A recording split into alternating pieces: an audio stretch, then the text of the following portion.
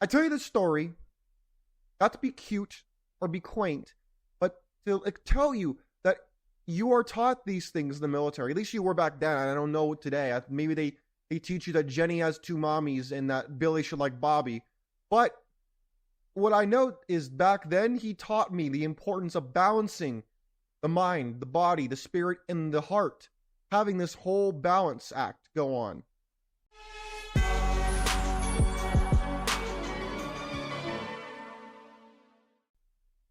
Ladies and gentlemen, welcome to the Sheep Get Sheared podcast. I'm your host, Austin Creed. My friends, normally on the show, we go through multiple videos, we have an intense conversation based on what other people are saying, but today I think it's incredibly important. This is coming out kind of weighing on my soul a little bit, both because of what I'm going through and because I sense that in the troubling times we're in, I think it's more important than ever that we truly understand what it means to master ourselves. Now, I know that sounds really spiritual, woo-woo, like crazy. I get it. I totally understand it. When I first was explaining the concept of mastering yourself to avoid persecuting other people, to avoid seeking the validation of other people, stop being such a beta cuck and wanting everything from the women, wanting everything from the other men, and getting their validation, and going to women and saying, oh, am I good enough in bed? Oh, am I a good enough partner? Oh, am I good enough? No, I'm sick of that garbage. And the reason I'm sick of it is I went through the whole gauntlet of wanting other people to like me.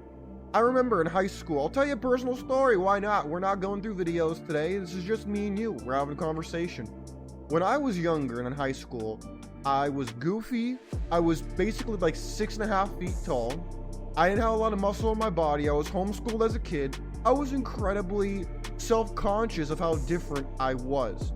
And I wanted people's acceptance. I wanted them to like me. I wanted them to think I was cool. I wanted them to say, dude, that guy Austin, he's a cool guy. That guy Austin, I want to be friends with him. He's awesome. That's what I wanted desperately when I was younger. Now, I don't care what people think of me. They could think I'm the most knowledgeable guy since Socrates or Aristotle, or they could think I'm some dummy who's a shock jock. I don't care what people think of me now. But this didn't happen overnight. And it still fluctuates from time to time. I'm not some ironclad juggernaut who the bullets bounce off me, the piercing arrows of other people's expectations and wants and desires bounce off me. Do they bounce off me more than they used to? Oh, absolutely. But am I invulnerable? No. And it's admitting this to yourself that there's always room for improvement. There's always room to say, hey, you know what? I don't like who I used to be, but I'm actively working towards something. I'm not just trying to not be the guy I was before, but I'm actively trying to become someone else, something better than before. That is truly what it means to be mastering yourself. Because look, it could be something I say, it could be something somebody else on this side of the internet has to say, it could be something your mother says, your best friend, your girlfriend, who knows? But you have to understand, no matter what kind of information they give you, whether you like it or you don't like it, not everything that works for other people will work for you. And you have to be willing to experiment. You have to be willing to pay the price, because nothing is free. Let's get that out the way now. I've mentioned this time after time, but because it is applicable, I will do it again. The 40th Law of Power and the 48 Laws of Power by Robert Greene, great book by the way, is learning to despise the free lunch. So anytime you hear anybody say women are free, or dealing with other people is free, or your time is free, or what, all these things are utter rubbish. Rubbish! It's garbage. Why? Because your time is your most valuable asset. And if anything is free, it's either A, garbage, or B, there's strings attached to it. Do you really think, let's make this a geopolitical scenario for a second. Do you think that all the immigrants who are coming here, all the illegal aliens that are coming over the border and getting hospital treatment, they're getting hotel rooms. They're getting food stamps and all this stuff. Oh yeah. Oh, you didn't know that, did you? Because it didn't show up on ABC, CNN, didn't show up on there. Oh yeah. A lot of immigrants coming in right now. A lot of them are getting preferential treatment. Your grandfather, Eddie, who maybe got hurt in Vietnam or in Korea, push him to the back of the bus. We don't need that bum. We're gonna put Mr. Whatever his name is in front of him because he's the new American. He's the future of America. We need to put him first. That's the world you're living in. Gentlemen, do you think that that's free? Number one, it's being paid for with taxpayer money. Number two, we're in inflation. Inflation is proven to people who didn't understand inflation that you can't just print money. There is this idea of scarcity. Free is not a real thing. Just because you are not paying for it at that moment does not mean that you won't pay, period, or that somebody else is not paying for it. And that's why I talk about this in my book, Biblical Bachelor. I didn't intend to plug it, but I think it's relevant. I talk about this idea of paying up front or paying on the back end because, especially in relationships, which is a level of mastering yourself, is to understand how relationships work, understand how finances work, understanding your own experience and where you're going, why you're doing it, how you're going to get there, what you're feeling in the moment, so how you could transmute that energy. All of this stuff is important. And if to not be in touch with your mind, your body, your soul, or the heart, you are losing a pillar. Every house has foundations, has important walls. You look at old school Greek buildings with like the 4 pillars or more. If you take a pillar out, the whole structure risks destabilization and risks falling over and collapsing. So when you take out a pillar, I'll tell you a personal story about this whole pillar business.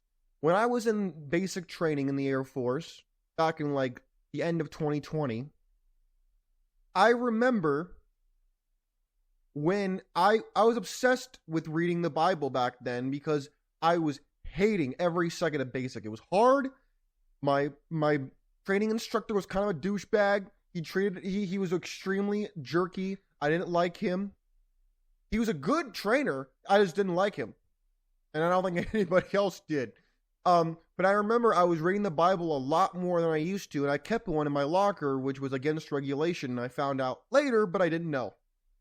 He was doing an inspection. He found it, and he was like, Creed, which everybody goes by their last names in the military. And I was like, yes, sir. And he's like, what is this? And I said, what are you talking about, sir? And he said, don't get smart with me, Creed. What is this? And he points at my Bible, and I'm like, it's a Bible, sir. And he's like, why is it in your locker? He said, look at my eyes. And I looked into his eyes, and he said, listen to me. Faith is important. It's part of the 4 pillars of existence. It's important. But you prioritize things in order of importance, number 1. And number 2, you do it on your time, not on my time. And I said, yes, sir. And I moved on.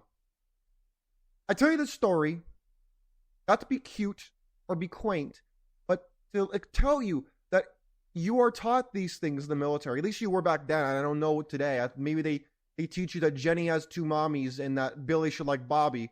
But what I know is back then he taught me the importance of balancing the mind, the body, the spirit, and the heart. Having this whole balance act go on. And when I was not doing that correctly, he called me out for it. You need to either have someone do that for you, or you need to have the self-awareness to do that for yourself. Because if you don't, you risk being destabilized. Hold on, I gotta get a drink of water. I can already feel it in the back of my throat. My throat's getting dry already. I'm already yelling too much. But my friends, the reason I'm talking about this is because I don't have it all together. I'm not some guy who pretends like I'm living the dream life. I have everything. I don't. I don't have everything. I don't have all the answers, but I'm actively pursuing. I don't know what I don't know.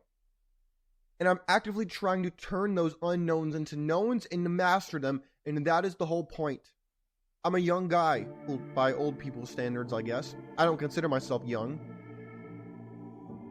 But this is why I'm talking about this today, because while we want to talk about the women, while we want to talk about the money, while we want to talk about the politics, all those things are great and they're all important. But the common denominator through all of those is you, your mindset, and how you respond to what the world throws at you. And part of the problem is people want to blame other people, whether it be women, the government, parents, friends. People want to blame others instead of saying, hey, you know what? Maybe 80% of this is not my fault, but I'm going to take the 20%, I'm going to own it, and I'm going to learn something from it. That is what I encourage you to do. Now, is it going to be fun? Are you going to like doing it? No. But is it going to be necessary? Yes. Because it's going to help you grow as a man. It's going to help you understand where you're lacking. So then you could say, okay, I didn't realize I wasn't good at this. Or, hey, I didn't realize I was so vulnerable here. Let's fix it. Let's do something so that I am not doing the same thing over and over again and not learning from my own mistakes. There's an old adage that I've quoted on the show before. Wise men learn from the mistakes of others. Normal men learn from their own mistakes, and fools repeat their mistakes over and over while learning nothing.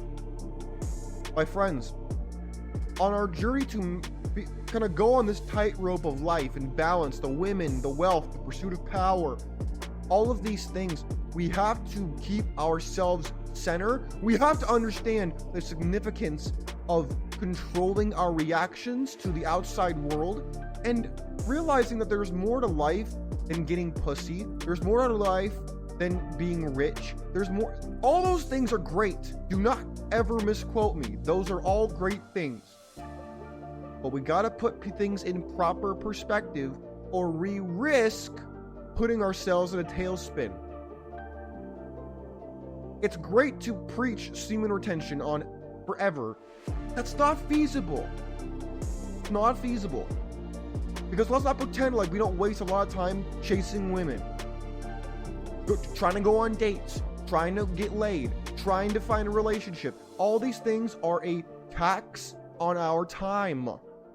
And if that's what you want, just realize that you are giving up that time. Even if you go out there and you fap.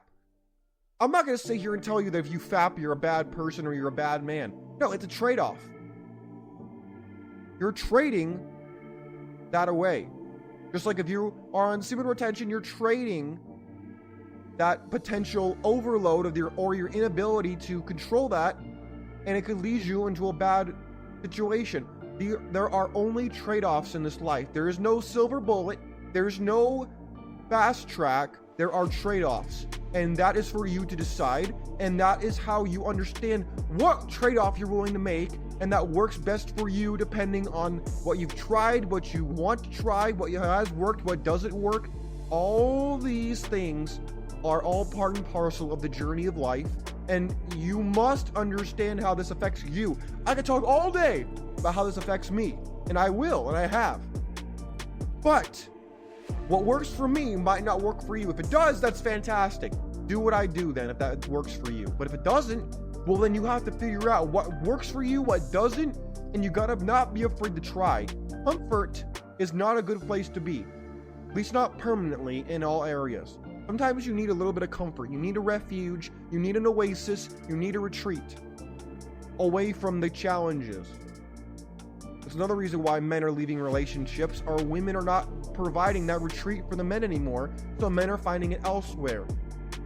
Whether it be in their orgasm, in video games, in athletics, in a hobby, it could be any number of things, or a mixture of all of those things. But when we are honest with ourselves, and we understand where we're vulnerable, where we excel, and what we want to do, we then give ourselves the power back. We don't feel like a plastic bag floating in the wind. We feel like we have agency. We know where we're going. We know what we want to do. We have power. And power is like the number one thing that matters in this life, is who has the power, why, and how do they get it, and how do they keep it. Just ask the politicians. They'll tell you. My friends, I think I'll stop it there, because I think now I'm repeating myself. But I know this is a little shorter than normal. I know this is a little different than if you've watched the show before, but I wanted to get this out there. I think it's important. Please share with me strategies you have for yourself. Maybe you can help another person who listens to the show. My friends, take care of yourselves. Always investigate, think for yourself, and do not just sit back and be passive. Don't be a passenger in the car of your own life. Take care of yourselves. I'm out. Peace.